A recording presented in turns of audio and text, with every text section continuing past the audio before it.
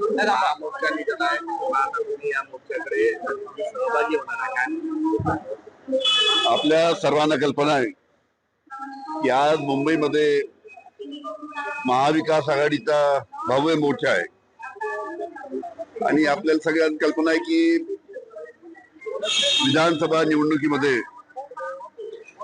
ज्या पद्धतीनं मोठ्या प्रमाणात ईव्हीएमच्या माध्यमातून घोटाळे झाले, त्याचबरोबर मतचोरी झाली, मतदार याद्यामध्ये अनेक त्रुटी आहेत, घोळ आहेत.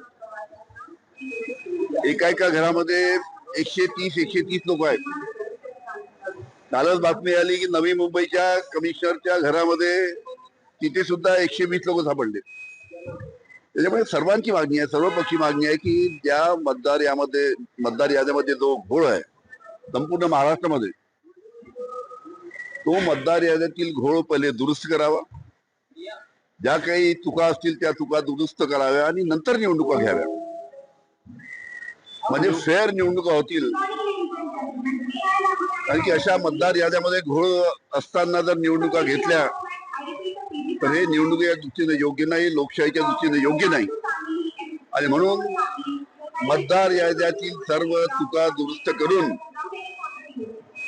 पुढे निवडणुका स्थानिक स्वराज्य संस्थेच्या घ्याव्या, हे आमचं सर्व स्थानिक जे आमचं महाविकास आघाडी आहे त्यांचं सर्वांचं म्हणणं आहे. काल अजितदादांनी बारामतीमध्ये शेतकऱ्यांमध्ये एक वादग्रस्त वक्तव्य केलंय. ते म्हणलेले आपल्या भाषणाचे 100% व्याजाने पैसे दिलेले असताना वेळेत पैसे फेडायची सवय ठेवा, अशा पद्धतीने किती दिवस चालणार कर्ज फेडण्याचं? ठीक आहे, अजितदादांनी बोलले असतील, पण एक गोष्ट लक्षात ठेवा की या सरकारने देवेंद्र फडणवीस साहेब जेव्हा विरोधी पक्ष नेते उपमुख्यमंत्री होते तेव्हा त्यांनीच आश्वासन दिलं होतं की आमचं सरकार आलं की आम्ही कर्जमाफी देऊ. आता महाराष्ट्रातील शेतकऱ्यांचं एकच म्हणणं आहे की तुम्ही स्वतः जे आश्वासन दिलं होतं ते पूर्ण करा. तुमचं सरकार आलंय, तुम्हीच मुख्यमंत्री झालात, त्याच्यामुळे दिलेलं आश्वासन पूर्ण करावं. कारण की शेतकरी आज अतिशय अडचणीत आहे. आज सोयाबीन ज्या पद्धती विकल्या जात आहे 3000च्या भावाने सोयाबीन विकल्या जात आहे. शासकीय सोयाबीनचा दर आहे 5328 रुपये प्रति क्विंटल आणि 3000 म्हणजे 2000 रुपये एका क्विंटलच्या मागानं शेतकऱ्यांचं नुकसान होत आहे.